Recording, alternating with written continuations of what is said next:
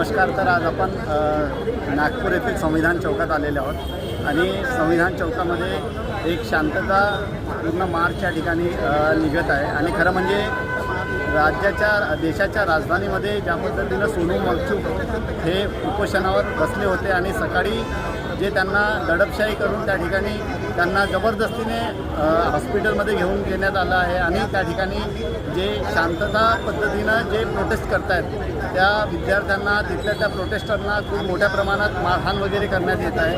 हे खरं म्हणजे ह्या लोकशाहीसाठी घातक आहे आणि या देशाचे सुजाण नागरिक म्हणून आपल्या सर्वांना एक विनंती आहे की आपण या अशा ठिकाणी आलं पाहिजे आणि जे काही प्रोटेस्ट या ठिकाणी होत आहे तर त्या ठिकाणी आपण आपलं एक प्रेझेन्स या ठिकाणी दाखवलं पाहिजे.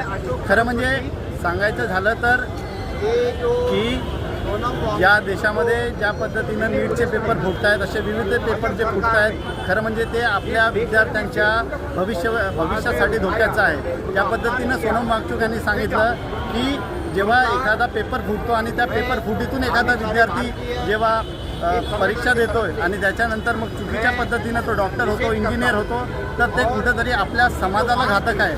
आणि म्हणूनच याच्या संदर्भात मला असं सांगायचं आहे की हे जे प्रोटेस्ट होतात हे खरं म्हणजे आपल्या समाजाला जागृत करण्यासाठी आहेत. तर या ठिकाणी आपण आलं पाहिजे आणि आपली सॉलिडॅरिटी आपण आपला प्रेझेन्स, कारण हे सगळं हिस्ट्रीमध्ये जमा होत आहे. तर ज्यावेळी अशा पद्धतीचे आंदोलन निघत होते त्यावेळी आपली भूमिका काय होती खरं म्हणजे हे सांगण्यासाठी आपल्याला इथे यायचं आहे. आणि ज्या पद्धतीनं हे सरकार या ठिकाणी लोकांना म्हणजे एक मनमानी पद्धतीनं मारहाण वगैरे बाकीच्या सगळ्या गोष्टी करत आहे तर त्याचा विरोध आपण केला पाहिजे. आणि म्हणूनच या ठिकाणी आम्ही या सरकारचा विरोध करतो आणि सरकारला सांगतोय की ज्या पद्धतीनं तुमच्या शिक्षण मंत्र्याचं तुम्ही वाचवण्याचं काम करताय तर हे कुठेतरी या लोकशाहीला धोकादायक आहे. म्हणून आपण त्यांचा राजीनामा घेतला पाहिजे. जय हिंद. धन्यवाद.